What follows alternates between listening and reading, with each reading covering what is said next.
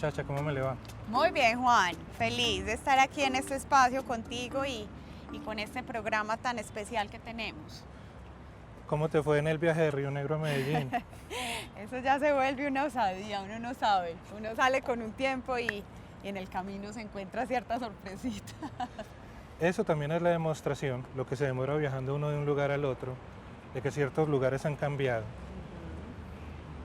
Nos contabas hace un ratico que vos conociste ese Río Negro todavía casi que bucólico, el de hace 20, 30 años atrás, que no tenía toda esta explosión demográfica, llamémoslo así, del auge de las empresas y el habitacional, pues porque es que de hecho ya Río Negro, en donde comenzaron tus días, no es el mismo de hoy. Así es, así es. Es uno de los grandes polos de desarrollo de Antioquia.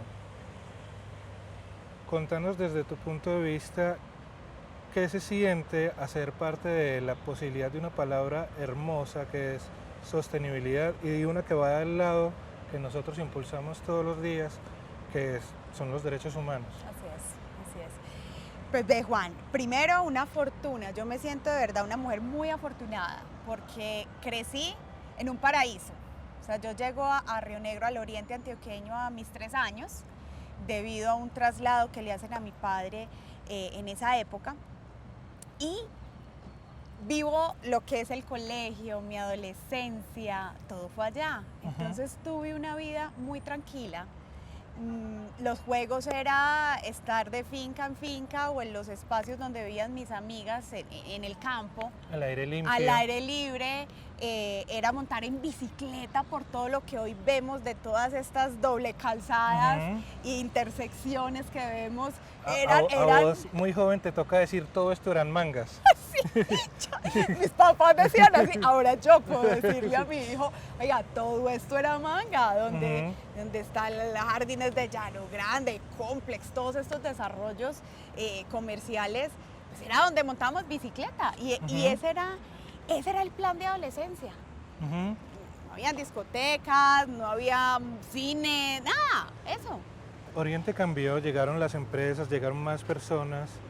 Contanos por qué cambió Oriente, cómo fueron llegando tantas empresas, cuál habrá sido el motor que trajo y atrajo como ese cambio de vida hacia esta subregión.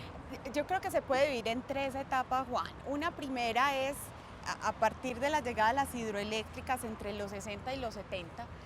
Hay una apuesta por esa subregión que antes digamos que estaba más enfocada a todo el tema agro, ¿cierto?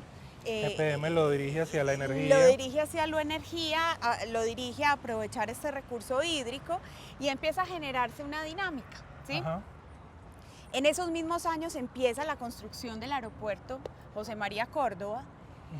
Y a raíz de este punto empiezan empresarios visionarios de nuestro departamento a decir, oiga, ahí va a quedar el aeropuerto internacional. Si vamos a salir de acá, tenemos que estar cerca. Tenemos que estar ahí cerca, ¿cierto? Ahí se va a generar un polo de desarrollo. Entonces empiezan las primeras apuestas por ese territorio, donde pues está una apuesta inicial de una Nacional de Chocolates, de un Pintuco, de un Grupo Familia, entre otros que dicen, oiga, aquí es donde tenemos que estar, ¿cierto? Pronto el Valle de Aburrá pues nos va a quedar un poco pequeño. Que es lo natural, las ciudades crecen y cuando su espacio mismo no lo da, ellos tienen que moverse. Exactamente, entonces empieza esa segunda etapa.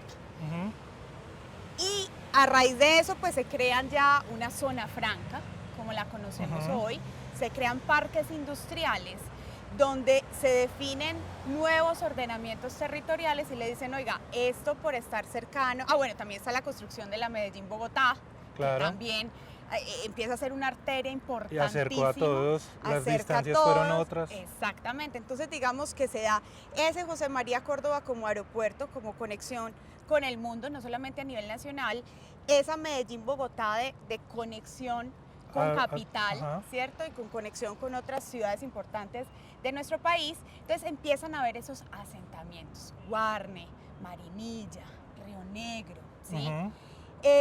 Donde empieza esa explosión de llegada de empresas.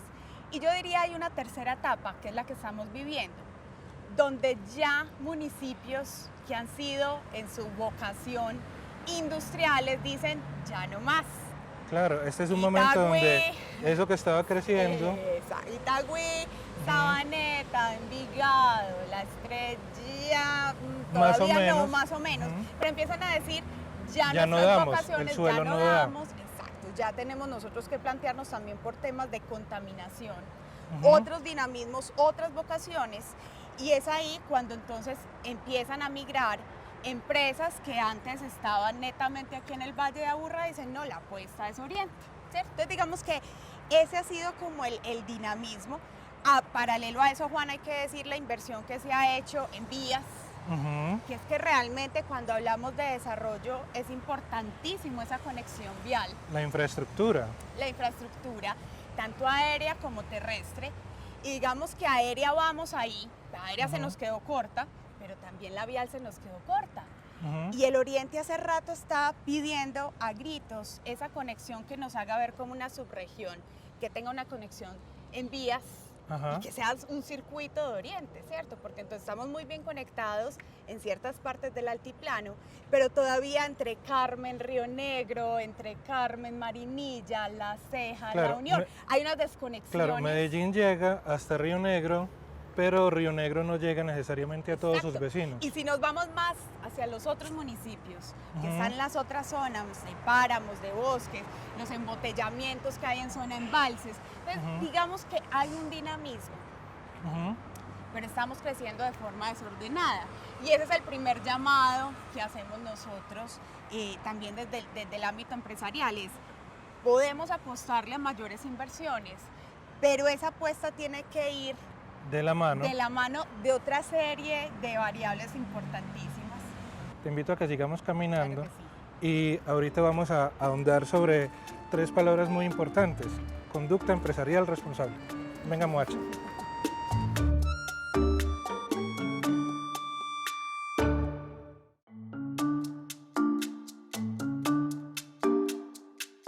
Tenemos palabras, Caro, para jugar hoy y hay una que va de la mano de todo esto, que es muy importante, que son los derechos humanos.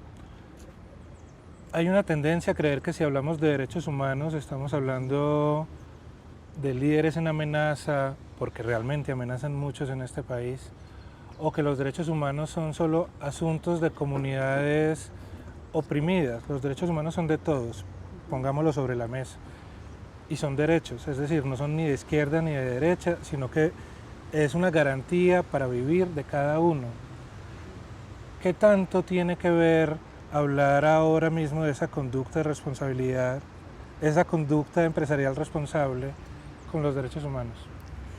Yo creo que tiene todo que ver y es importante, Juan, anotar que esto no es de ahora, ¿cierto? O sea, que la pregunta de nuestras empresas, de la Corporación Empresarial del Oriente, a decir, oiga, debemos ver la actividad empresarial de otra forma, se viene trabajando desde su misma concepción como gremio. Eso es importante anotarlo. O sea, esta corporación lleva 38 años representando empresas de todo tipo de sectores, pero en su mayoría los grandes industriales que tenemos en el territorio de Oriente, para ser un vehículo de comunicación con su entorno. 26.000 personas hacen parte de este conglomerado.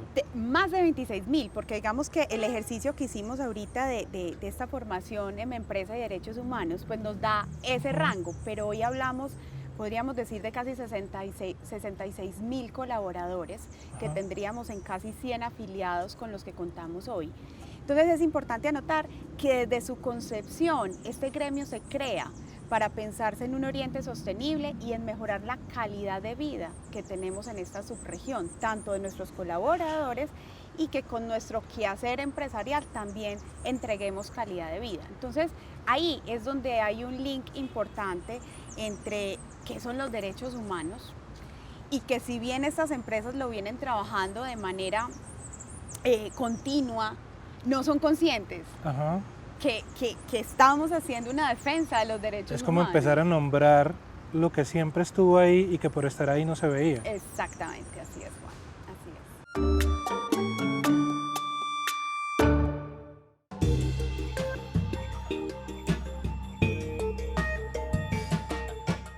es. Hilos de Esperanza es un programa social que tiene como objetivo recuperar los excedentes industriales y hacer de ellos procesos productivos con nuestras comunidades rurales del oriente antioqueño. Estos materiales son entregados a las comunidades donde tenemos en este momento costureros. Trabajamos en muchos casos con mujeres cabeza de hogar, que este es incluso su único ingreso para el sustento familiar. Aquí compartimos personas de todas las edades, de calidad humana encantadora, compartimos, nos ayudamos, es valiosísimo porque engrandece su ser, engrandece su potencial humano como mujer, como mamá, como esposas. Ay, no, eso es un cuento aparte porque uno inicia ese proceso y uno es pensando en que si realmente le van a captar a uno la idea, y ya es un orgullo muy, muy grande ver a todas con ese proyecto ya terminado. Esto es hermoso. La satisfacción de hacer nosotras una cosa linda, porque de verdad que nuestros trabajos todos son muy lindos, pero también podemos tener un lucro económico. Tenemos aproximadamente 200 personas en nuestro programa Hilos de Esperanza que se están formando no solo en unas artes espectaculares con los excedentes industriales, sino que se están transformando vidas, porque ese programa tiene un acompañamiento en psicosocial, un acompañamiento en hábitos de vida y en emprendimiento, que les permite un crecimiento integral y tener esas oportunidades de mejorar su vida y las de sus familias. Por todas estas razones, nuestros emprendimientos son emprendimientos con sello comunal.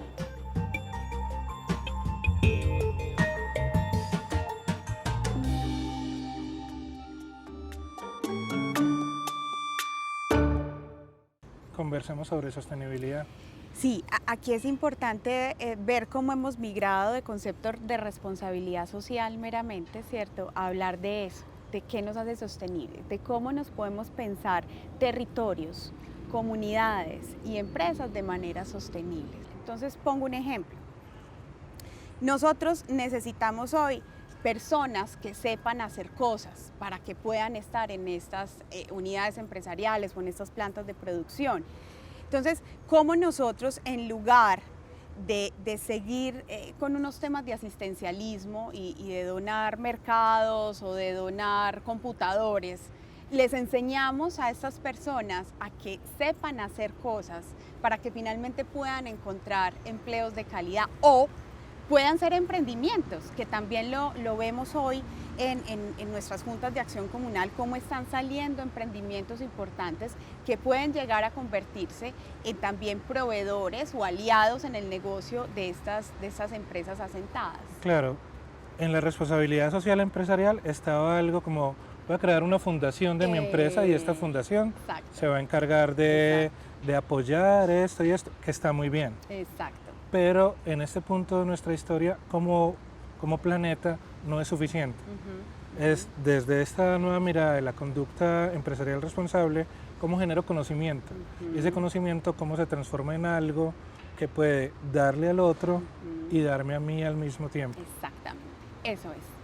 Ese es el cuento en el que hoy estamos nosotros volcados. Entonces ahí empiezan a haber otras definiciones. Entonces empresas buenas, empresas conscientes, capitalismo consciente, pero en teoría es eso, es como nosotros no solamente por sentido ético o por altruismo hacemos ciertas intervenciones comunitarias, sino porque lo vemos como parte esencial y vital para seguir creciendo una empresa. Hay algo que va a seguir creciendo y es esta conversación. Estamos en EAFID, a quien le agradecemos la posibilidad de que Antioquia se tome la palabra, esté hoy aquí. Antioquia se toma la palabra es un programa que es posible gracias a la Secretaría de Participación y Cultura Ciudadana de la Gobernación de Antioquia. Enseguida vamos a seguir conversando sobre esta posibilidad de hacer entornos sostenibles y hacer empresas que son conscientes de que la esperanza es un trabajo de cada día, de cada día, de cada día. Ya volvemos.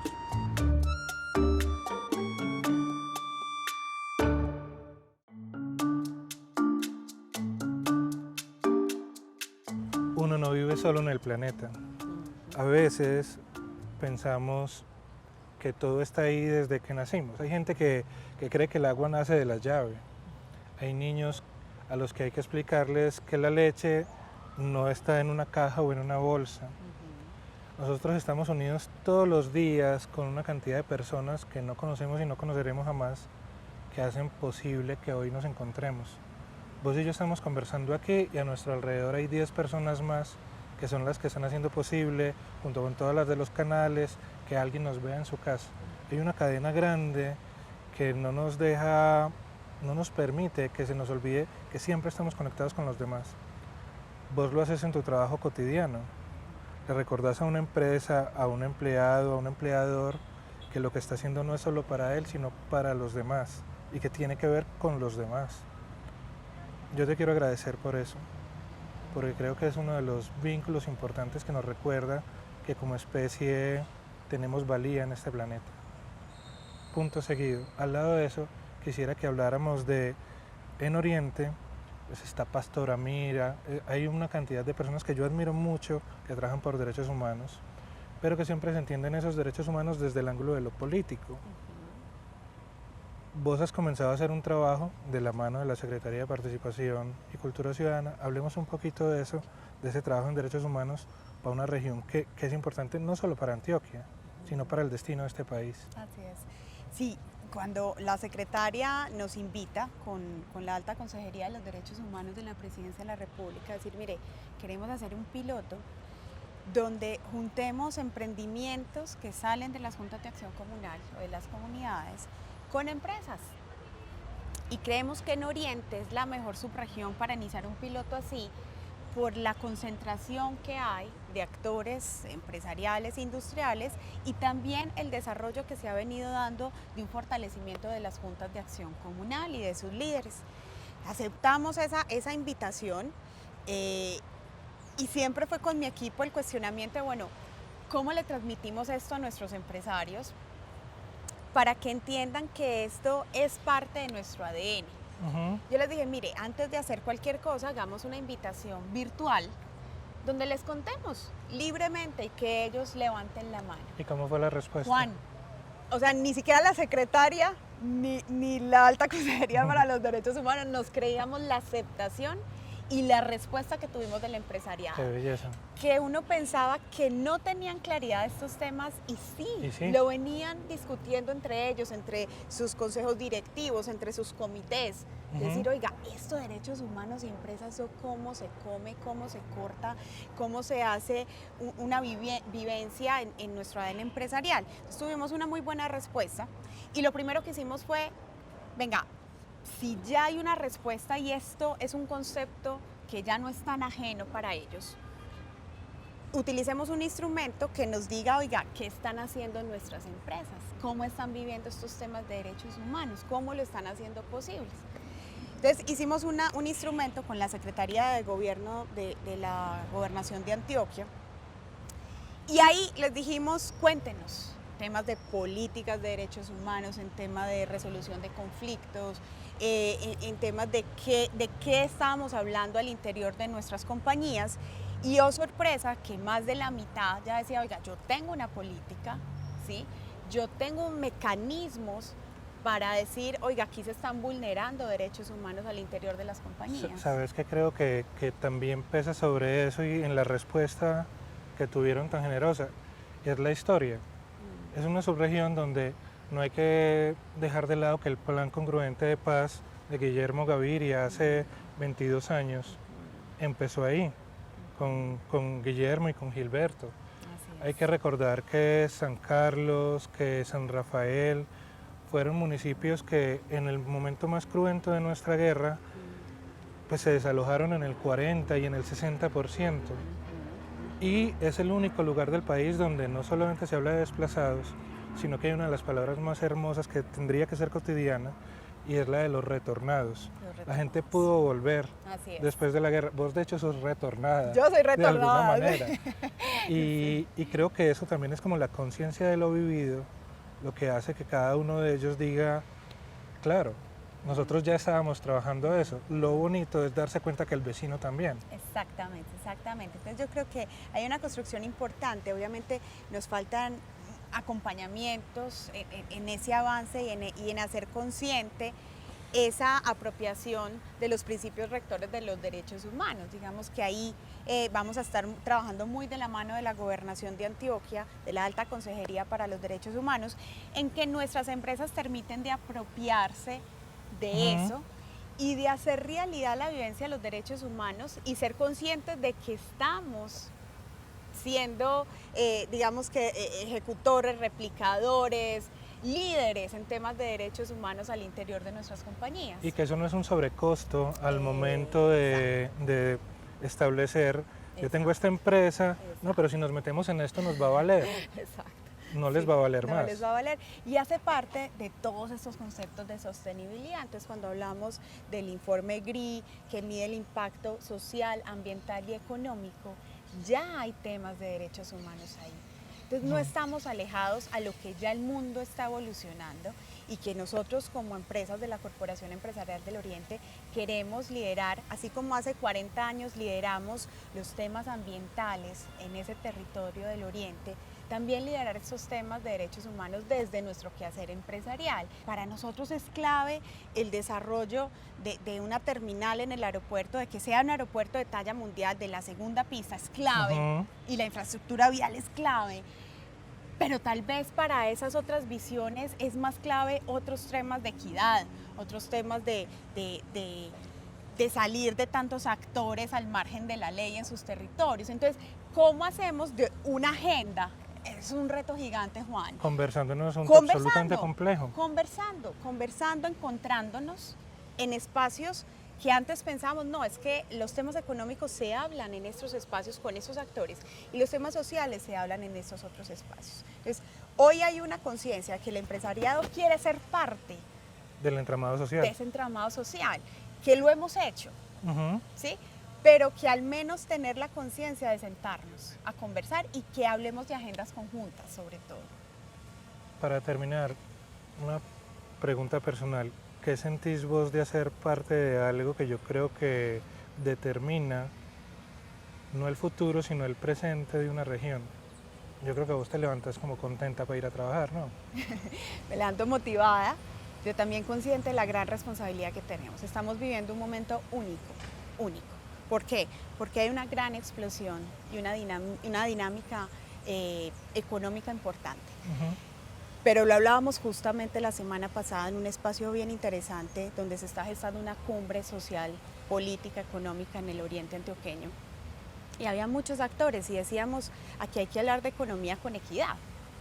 Entonces, si tenemos unos municipios donde hay una dinámica industrial y empresarial grande, ¿cómo hacer que los otros municipios que no tienen ese tejido empresarial tan fuerte, pues también se vean beneficiados? Claro, que no se vayan a quedar rezagados. Exacto. Entonces es una responsabilidad, pero es una motivación, Juan, gigante de decir, estamos en un momento único para realmente hacer que todos estos temas y conceptos se mezclen y generen una agenda para un territorio tan rico, tan importante, no solo para el departamento, sino a nivel nacional. Es un buen momento para tomar las decisiones correctas. Así es. Yo te agradezco por eso. Y como vos conoces esta universidad, vení, mostrarme dónde hay una tienda o algo, que yo tengo una sed. Vamos.